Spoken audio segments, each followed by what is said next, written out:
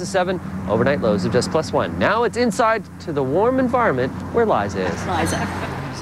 7:18, thank you, Frank. Good morning. This is really exciting. Dr. Shawn Miller is here. He's a practicing chiropractor, but so much more as well. And Dr. David Carmos, who has been doing research into ancient healing concepts for decades, practicing yoga for 53 years. Yep.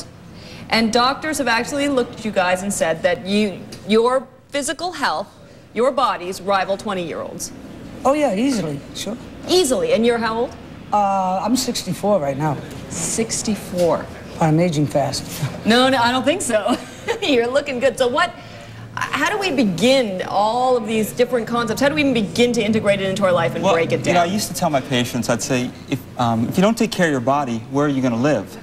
Where's that you, that presence? And the thing is, we got to look at our body as this vehicle that allows us to go through life to enjoying everything we want to do. Right. We've been told that as you get older, your body starts to age. Age is chronology. Aging is lifestyle. Right? Sometimes you see somebody 80 years old, standing up straight, running around. You're like, God, that guy looks young.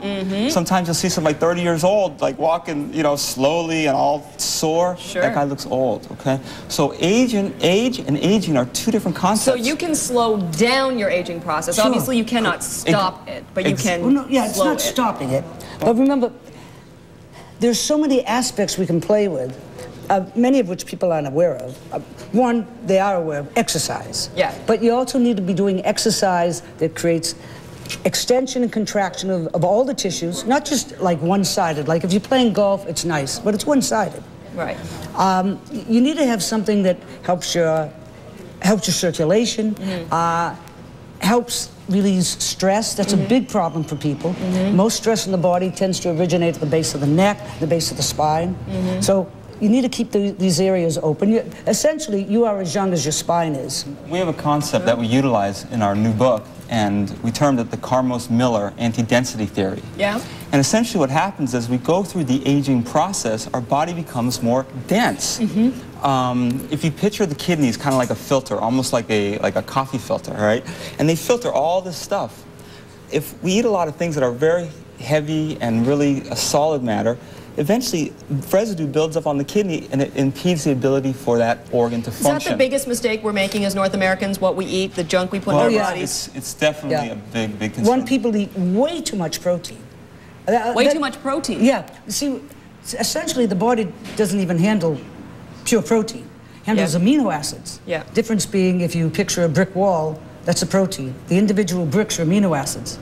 So if you take in protein, your body has to go through what's called inversion. Breaks it down into amino acids, then takes the amino acids. So why not take them in amino acid form?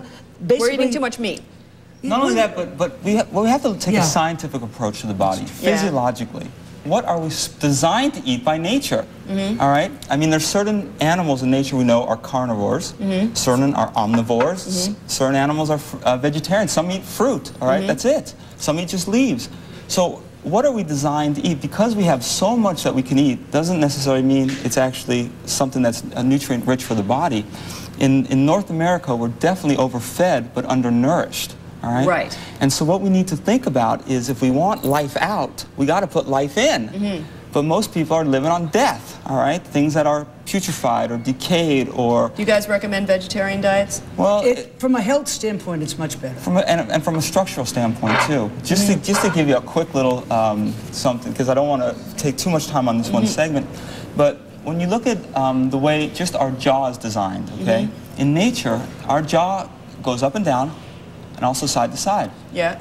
Only animals that have this function of the side-to-side movement are vegetarian animals.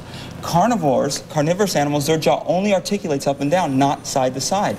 That's why you see like a horse or a cow chewing like this. The vegetarian. Okay, I want to get to some of these questions. This is from D. I find that my age shows on my droopy eyes. Short of having an eyelid surgery, what can I do to restore my eyes to a more youthful appearance? Well, in the ancient systems, in the Chinese systems and ancient healing systems, the eyes represent the kidneys, all right? And sometimes if you get too puffy or something gets dark circles, it just means a representation of the kidneys. So one thing that you might be able to work on is doing a little flush of the kidneys. And that can be done very easy with things high in potassium, either watermelon, which is wonderful, or you could do a combination of juices. Now here's a wonderful juice. It's apple cucumber. If you can make a fresh juice in the morning, yeah. And you do about 10 ounces apple, 6 ounces cucumber, and you just sip that very slowly. It's very refreshing, delicious, and it slowly will start cleaning out the kidneys. Yeah, one thing to be aware of. If you're on medication, always check with your physician. But also find a physician that's aware of nutrition. Yeah. See, many doctors are only into treatment, which means you wait till you get sick, then you go to the doctor, and you take the sacraments, these little round things. And other doctors are into prevention. Yeah. And that's a better way to go. Why wait till you get sick? You know? Right, absolutely. I mean, be thinking about it ahead of time. I mean, when you look at an automobile has an oil filter, it has an air filter, you have to put good quality fuel in. Nature's not stupid. She saw the way the car was designed. She designed the human body similarly. We have an air filter, which is the lungs, all right, a water filter, which is the kidneys. We have to eat properly, but we also have to think properly. Right. And people often limit themselves. So the first thing we need to learn is challenge your programming. Some of it you keep, some of it you might not keep. They're going to stick around, Dr. Shawn Miller and Dr. David Carmos, and their new book is called You're Never Too Old to Become Young, a revolutionary approach to reversing the aging process. More with them in just a couple of minutes. First, here's Janet Live.